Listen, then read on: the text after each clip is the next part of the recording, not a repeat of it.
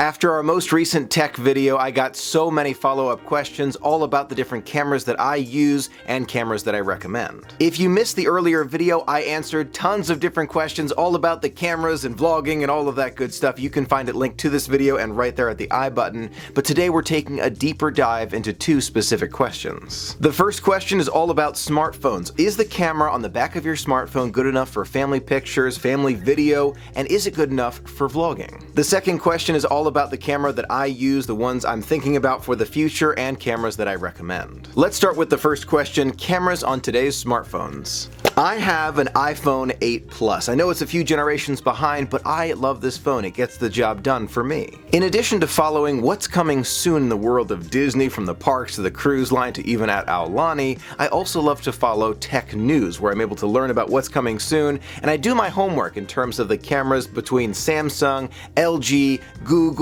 OnePlus, and of course iPhones. And the big question that I've been asked many different times, is my smartphone camera good enough for taking photos and videos around a Disney park? The simple answer is yes. The camera on the back of most current smartphones are so advanced that you can use it for just about anything, including publishing videos on YouTube. The cameras on the back of smartphones are so powerful that they outmatch many point-and-shoot cameras that you can buy from big brands like Nikon or Canon. If you have an older smartphone and you're considering buying a point-and-shoot camera for a Disney vacation versus buying a new phone with lots of memory, I'm going to come back to the memory in a moment, and a relatively good camera on the back, I would recommend getting the more updated smartphone. Now that might seem super strange for me to say. I love changing the ISO and the shutter speed and the aperture, and I'm all about the technical when it comes to the camera, but I'm not talking about me and how I like to experience a Disney vacation. I'm talking about my family. They love Disney just as much as we do,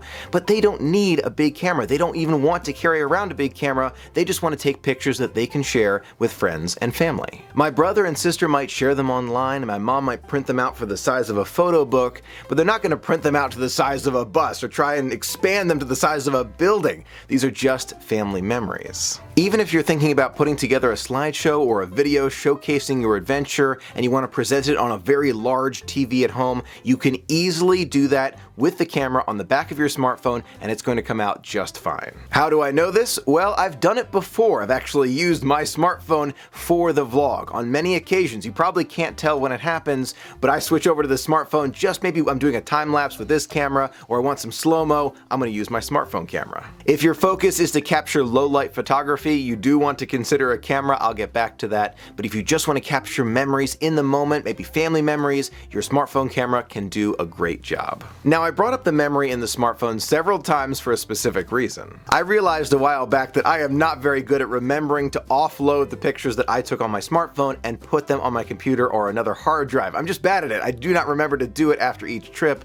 I also like to have those memories handy, those pictures just available. Maybe it's Throwback Thursday and I want to share a picture. They're all right there in the phone without having to go to a cloud-based storage system or back to the computer. So if you're thinking about using your smartphone to capture the magic on a Disney vacation, I recommend a lot of memory. Just get that memory, you'll be happy you have it. I have 256 gigs in my iPhone 8 Plus. I have not used it up yet. Now to answer another very common question, can you vlog with your smartphone? I have a very simple answer for you, absolutely. I actually started my channel vlogging on my smartphone just to see if it was right for me. I wanted to test it out, and the key with this is you want to take it with the rear camera, not the front camera on your smartphone. The reason this camera is so much better. Now I realize it makes things difficult because you can't see yourself. This side has the picture. You can't see yourself at all. It just takes practice though. Maybe get a hand grip so you can angle it just right, but you're going to get used to it after a little while, and you'll be happy you use this camera. On that note, believe it or not, this iPhone, the iPhone 8 Plus,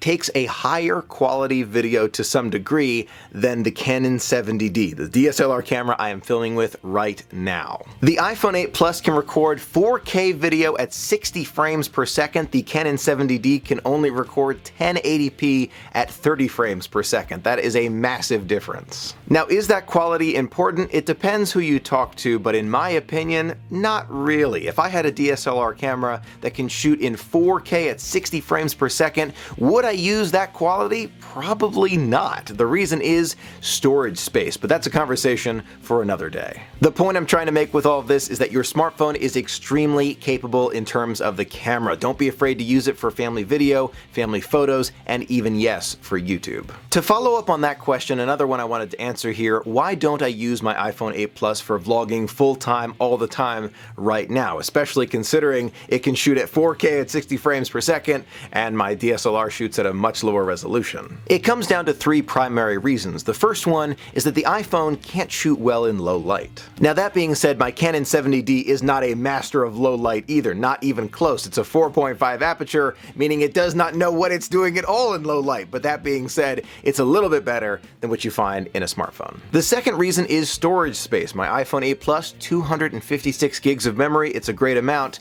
but considering I go through twice that amount or more to make one of the vlogs, it just is not feasible at all. Now I do realize that I could bring a computer to Walt Disney World and I can offload those photos or videos from my phone to the computer, maybe to an external hard drive as I'm sleeping, but it's just not something I want to deal with. I just have the memory cards, I can go to sleep, switch out the memory cards, and bring them all back. That's a nice segue into the third reason why I don't use my iPhone for vlogging anymore, and that's editing. When it comes to editing from video you took on your phone, you can plug your phone into your computer, and then from your computer into Final Cut Pro or a different editing software, and it all works out eventually, but from my experiences, and I have done this before, it just takes so much time. It really is a significant difference. Instead of plugging it into the computer and offloading into there, and then the hard drive, and then it has to go into Final Cut, and then it has to render, all I have to do is take the SD card out of this camera, plug it into the computer, it starts rendering right away. It's so much faster. I'm never going back to doing that old process. It just took so much longer. Overall, smartphone cameras are great for capturing family memories or even getting started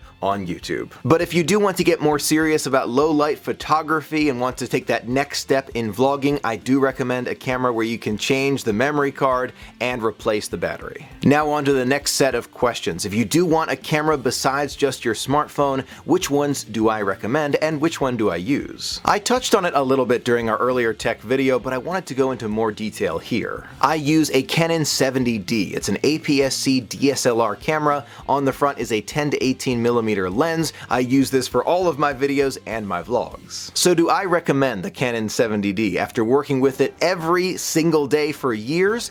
Absolutely, it is an outstanding camera. The autofocus, the battery life, the picture quality, it is by far the best camera I have ever worked with. If you're thinking about an APS-C DSLR, I definitely recommend the 70D. I would probably get the 80D, which is just the upgrade of this camera, or if you have a little bit of time before you need a camera, maybe wait until the 90D or whatever Canon calls it when they have the upgrade to the 80D, which should be coming out in 2019. Now on to my recommendations, and I use Canon cameras. I know more about the Canon cameras than the other brands. That being said, I have many friends who use Nikon, Sony, and even Panasonic, and they'll have unique advantages and disadvantages. The reason why I stick with Canon cameras instead of switching to another brand is for two very specific reasons: the autofocus in Canon and the fact that it has a fully articulating or flippy screen where I can see myself next to the camera. The screen flips around so I can see myself in frame. On paper, the other cameras, especially the Sonys, have an unbelievable autofocus system. Some would even say it's better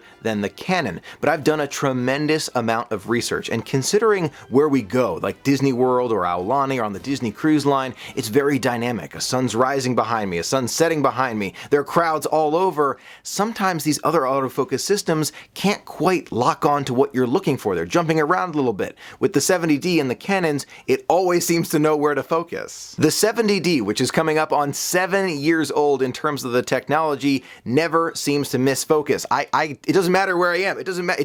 It knows exactly where to pull that focus, and you don't see it jumping all around. It is truly impressive how Canon has done this even 7 years ago. It's as if my camera, which I have named Walt, actually knows where I want it to focus before I even begin talking. It has focus autofocus right away. I don't even have to think about it. It does it. It does it automatically. On top of that, if I want to pull focus to something that's behind me, all I have to do is touch the screen next to the lens and it'll focus in on whatever that is, touch the screen again, and it's right back on me. It is so fast, so quiet. The autofocus, in my opinion, cannot be beat. By no means are Canon cameras perfect, but until the competition begins to really catch up in terms of the fluid, totally flawless autofocus system and the fully articulating flippy screen, I'm going to be shooting with Canon. Now that you know why I recommend Canon cameras, let's get into my specific recommendations. If you're thinking about a small camera for you to put in your pocket and capture family memories in the moment and you want a small point and shoot, not too expensive, I recommend the Canon G7X Mark II. It's a great all-around camera, does much better in low light than your smartphone, has the flippy screen, and if you do want to start off with vlogging, that's a good next step. As good as the G7X Mark II is, how much better is it than your smartphone camera? That's debatable. Also, it's missing a microphone input, which in my opinion is one of the essential parts of a vlogging rig. If you're considering the Canon G7X Mark II and have a little bit of time before you need to buy anything, I would wait. I keep hearing rumors about a G7X Mark III with a possible microphone input. I don't know if that's going to come true, but it's something I've been really paying attention to. That would be a game changer. If you're looking to take the next step and you want to bring your video ability to the next level, maybe you've vlogged on your phone a few times, G7X Mark II, you like vlogging, you know it's right for you, then I would recommend the Canon M50. It's a mirrorless camera, which I'm still a little bit iffy about. Eventually I will convert over, but I do like the mechanical system for now. And if you're thinking about vlogging, there is probably no better camera to start with than the M50. You can get a great wide angle out of it without the fisheye effect on the corners, it's got a microphone input,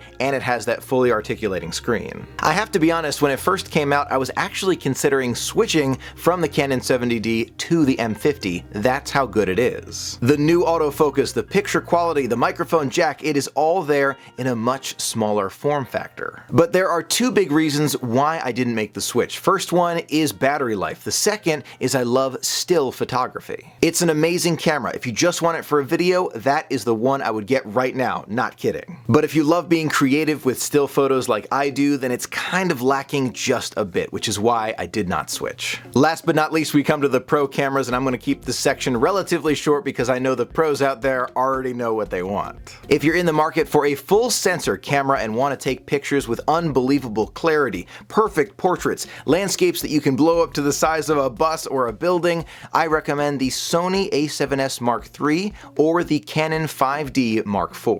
They are both relatively expensive, but they can produce amazing results. Now that being said, the camera is only as good as the photographer who's holding it. It can be extremely tempting, especially for me, when you see those top-of-the-line cameras full sensor and you're thinking to yourself, oh my gosh, maybe I should get one of those, improve the picture quality.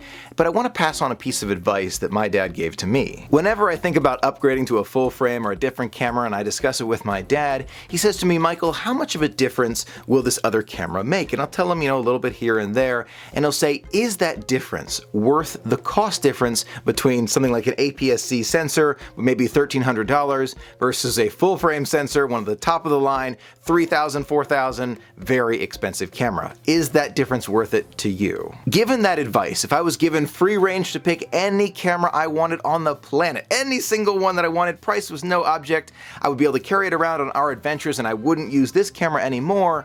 The only one that I would even consider is the Canon 80D, which is the update to this one. Now, if you're a camera pro, you might be going like this right now. Michael, are you serious? Are you serious? You wouldn't upgrade to a full frame, not even maybe a 1DX Mark II, literally the camera that the Olympic photographers use to capture that moment as they run through the ribbon and they win the race. Are you telling me you would not switch to that camera? Yes, I would not. I would use my 70-80D, this APS-C size, because it's perfect. I walk around the parks with this GorillaPod. It sits on top. I need it to be relatively lightweight and do everything that this camera can do, so it's perfect for me. Now, does that mean I'm never going to upgrade? I'm going to keep this camera for 30 years? Probably not. It's more than likely that once one of these companies comes out with a camera that does everything the 70D can do and even more and really meets all of my needs perfectly, maybe improves autofocus, improves low light ISO and other things, absolutely, I will upgrade then. But for now, this camera is perfect for me. And that's the point. There are amazing tools out there to capture magical moments with you and your family having a great time at a Disney park, but the key is to find something that's best for you. For some, that means carrying around a DSLR camera like the 70D or 5D Mark IV. For others, it just means carrying around your smartphone. So do you need expensive equipment to be successful on YouTube? Not a chance. You just have to have a passion for what you do. Now, I know I went over a ton of information in this video. To help you out, if you're in the market for a new camera, there are many websites that I use to compare different cameras to each other, and I'm going to link all of those websites in the description of this video. Whenever I'm thinking about a new camera, I'll put them into one of these websites and look over all of those features to make sure I'm not forgetting about a feature that I love that I would miss if I switched. I sure hope you found this video helpful and informative. What camera do you use on Disney adventures? Is it a DSLR or is it your phone camera? Are you Team Samsung, Team Apple, Canon, Nikon? Let me know in the comments below. I would love to hear from you. Thank you so much for being a part of the magic with me. Until next time, have a magical day.